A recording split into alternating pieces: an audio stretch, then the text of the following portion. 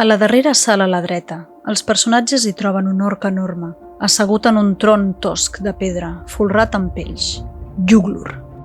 La seva expressió és dura, amb uns ullals grocs esmolats, que li sobresurten de la part inferior de la boca i pugen cap al nas bulbós, uns ulls petits i negres que transpuen malícia i un cap bunyegut i pelat.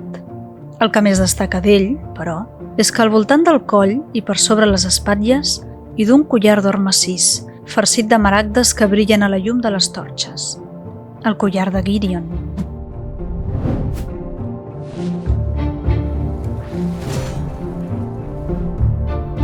Buenas, bienvenidos a este nuevo timelapse. La descripción del principio está extraída del texto que ilustra este personaje. Se trata de una aventura diseñada para el juego de rol El Anillo Único, con el objetivo de incluirla en el fanzine Tirant-lo Drac, en motivo de Sant Jordi. No la escribí yo, pero sí ilustré un par de personajes y el mapa de una de las localizaciones más importantes de la aventura. Los demás timelapses también estarán disponibles en el canal. Toda la información en la descripción del vídeo.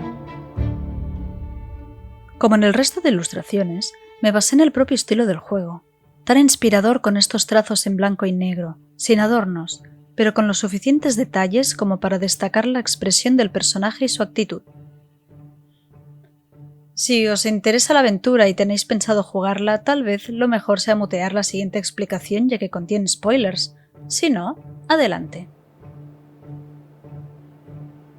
Yuglur es un caudillo orco avaricioso y astuto con más de una incursión a sus espaldas.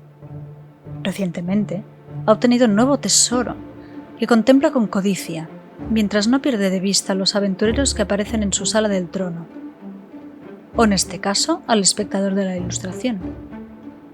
La mirada es juguetona, no tiene miedo de lo que pueden hacerle estos personajillos que se plantan en su fortaleza. Al fin y al cabo, está en su territorio y rodeado de otros orcos ansiosos de entrar en batalla. Sin embargo, Yuglur no es una bestia descerebrada, y aunque arrogante y brutal, escuchará lo que los aventureros tengan que decir, si le interesa lo suficiente.